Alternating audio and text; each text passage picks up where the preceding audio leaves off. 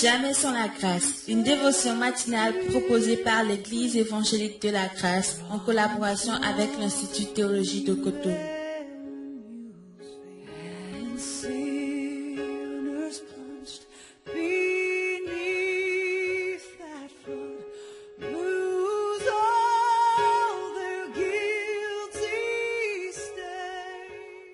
Bonjour chers amis, chers internautes, nouvelle journée, bienvenue dans notre dernière dévotion de cette semaine et vraiment que Dieu vous bénisse, merci pour votre écoute, merci pour vos encouragements, tous vos messages qui nous font tellement du bien. Au nom de Jésus, soyez bénis ce matin.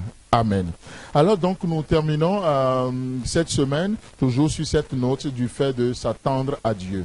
Nous avions vu certains éléments que l'attente implique. Nous avions parlé, je récapitule un peu, nous avions parlé du temps. L'attente implique le temps, l'attente implique un lieu, l'attente implique une attitude et hier on a parlé du sujet. L'attente implique un sujet. Et j'aimerais juste finir avec vous, toujours par rapport à ce sujet d'attente, le fait de l'attendre Dieu personnellement. Donc, Actes chapitre 1, le verset 4 que je rappelle encore une fois. Comme il se trouvait avec eux, il leur recommanda de ne pas s'éloigner de Jérusalem, mais d'attendre ce que le Père avait promis, ce que je vous ai annoncé, leur dit-il. Amen, amen, amen.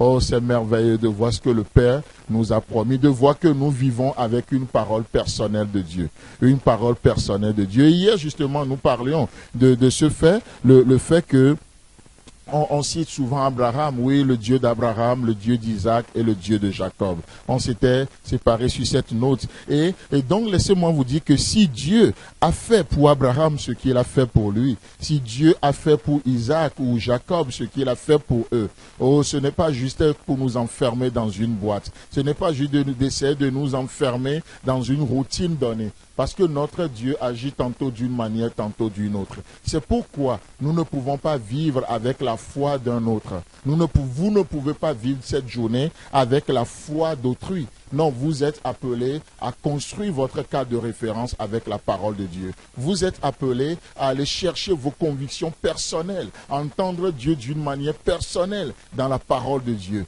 Qu'est-ce que Dieu veut pour vous? Oui, le fait que nous disions que Dieu est le Dieu d'Abraham, de Jacob et d'Isaac, c'est ce que la leçon a tiré, c'est quoi? C'est que oui, le voile est déchiré. Je peux aussi m'approcher de Dieu dans une attitude d'humilité, dans une attitude d'espérance que je peux rencontrer Dieu, que Dieu peut me parler, que Dieu peut vous parler. Donc ça nous montre, ça nous pousse dans une communion avec Dieu. Oh, ne vivez pas avec la foi d'autrui. Vous ne pouvez pas donner procuration de votre foi à quelqu'un d'autre. Mais malheureusement, combien dans le christianisme aujourd'hui, nous voyons des hommes bien pensants qui sont là, qui vous proposent même, comme des docteurs, des ordonnances spirituelles. On dit pour telle situation, il faut prier. Et le prédicateur, le pasteur, l'homme de Dieu, en guillemets, vous prescrit 3 jours de jeûne et prière. Et malheureusement, on rencontre des gens qui disent, oui, ils ont de telles situations, ils ne peuvent pas jeûner. Et l'homme de Dieu peut vous dire, oui, si vous voulez, je peux jeûner pour vous, mais donnez une enveloppe de tel montant, je jeûne à votre place. Non, vous ne pouvez pas donner procuration de votre foi. Dieu est un Dieu personnel. Il vous veut dans une relation personnelle aujourd'hui. Dieu veut vous parler. C'est votre Dieu. Et il a donné une parole personnelle à Marie. Et il a donné aussi une parole personnelle, un réma, comme on le voit dans 1 Pierre chapitre 1, le verset 25. Mais la parole du Seigneur demeure éternellement. Et cette parole, en grec c'est le mot réma, est celle qui vous a été annoncée par l'évangile. Lorsque nous allons dans la parole de Dieu, Dieu nous parle personnellement. Dans Matthieu chapitre 4, le verset 4, nous voyons Jésus devant la tentation du diable. Il est écrit, Jésus répondit, il est écrit, l'homme ne vivra pas de pain seulement, mais de toute parole, une parole personnelle qui sort de la bouche de Dieu. Et aujourd'hui, vous avez besoin de recevoir de Dieu pour vivre votre journée, une parole personnelle. Dans Éphésiens 6, le verset 17, il est dit, prenez aussi le casque du salut et l'épée de l'esprit qui est la parole de Dieu.